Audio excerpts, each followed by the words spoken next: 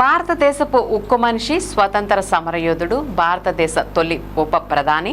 Home minister, Bharat Ratna Sardar Vallabhbhai Patel 150వ జయంతిని Eluru BJP party office నందు BJP శ్రేణులు నిర్వహించారు. ఈ కార్యక్రమంలో ఏలూరు జిల్లా బీజేపీ అధ్యక్షులు విక్రమ్ కిషోర్ ముఖ్య అతిథిగా విచ్చేసి సర్దార్ వల్లభాయ్ పటేల్ జీవితం ప్రతి ఒక్కరూ చదవాలని, బ్రిటిష్ వారి నుంచి దేశం విముక్తి పొందే వరకు అనేక ఉద్యమాలు చేశారని, తొలి ఉప ప్రధానిగా, హోంశాఖ మంత్రిగా దేశానికి స్వతంత్ర అనంతరం సేవలు అందించారని, స్వతంత్రోద్యమ సమయంలో సంస్థానాల్లో 562 సంస్థానాలు విలీనం చేసిన మహోన్నత దేశభక్తుడని కొనియాడారు. ఈ కార్యక్రమంలో జిల్లా ప్రధాన కార్యదర్శి నగరపాటి సత్యనారాయణ, కమ్మ కార్పొరేషన్ డైరెక్టర్ కట్నేని కృష్ణప్రసాద్, జిల్లా మీడియా కన్వీనర్ బాడిత నారాయణ, జిల్లా సెక్రటరీలు Sarveswararao, Ganapathi, OBC Morcha zonal in charge Anil Acharya, మహిళా మోర్చా జిల్లా జిఎస్ కుమారి, సీనియర్ నాయకులు నాగం శివ, నడపన దానభాస్కర్, కెఆర్ రాజు, వెస్ట్ మండలం జిఎస్ బత్తెన గణేష్ తదితరులు పాల్గొన్నారు.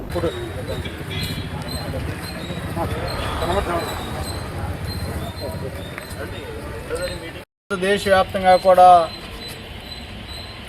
కేంద్ర ప్రభుత్వంలో ఉన్నటువంటి భారత ప్రధానమంత్రి నరేంద్ర మోడీ గారి యొక్క నాయకత్వంలో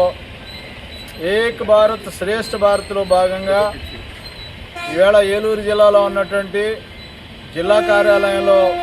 సర్దార్ వల్లభాయ్ పటేల్ గారి యొక్క జయంతి వేడుకని జరుపుకుంటా ఉన్నాము. ముఖ్యంగా భారతదేశంలో ఉన్నటువంటి సంస్థానాల విలీనం విషయంలో సమైక్యతగా ఉంచడానికి సర్దార్ వల్లభాయ్ పటేల్ గారు చేసినటువంటి కృషి చాలా అమోఘం అని చెప్పి తెలియజేసుకోవాల్సినటువంటి అవసరం ఉంది. ఈవేళ భావితరాలకి వారి యొక్క చరిత్ర తెలియాల్సినటువంటి అవసరం ఉంది. భారతదేశంలో ప్రధానమంత్రి కావాల్సినటువంటి వ్యక్తిని ఎటువంటి అర్హతలు లేనివారు, వీరికన్నా తరుగైన వారేమో అదేవిధంగా ఈవేళ భారత ప్రభుత్వము, రాష్ట్ర ప్రభుత్వం కలిపి సంయుక్తంగా ఈవేళ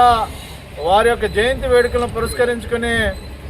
ర్యాలీలు చేయాల్సినటువంటి అవసరం ఉంది. దీనిలో ప్రభుత్వ యంత్రాంగం అంతా కూడా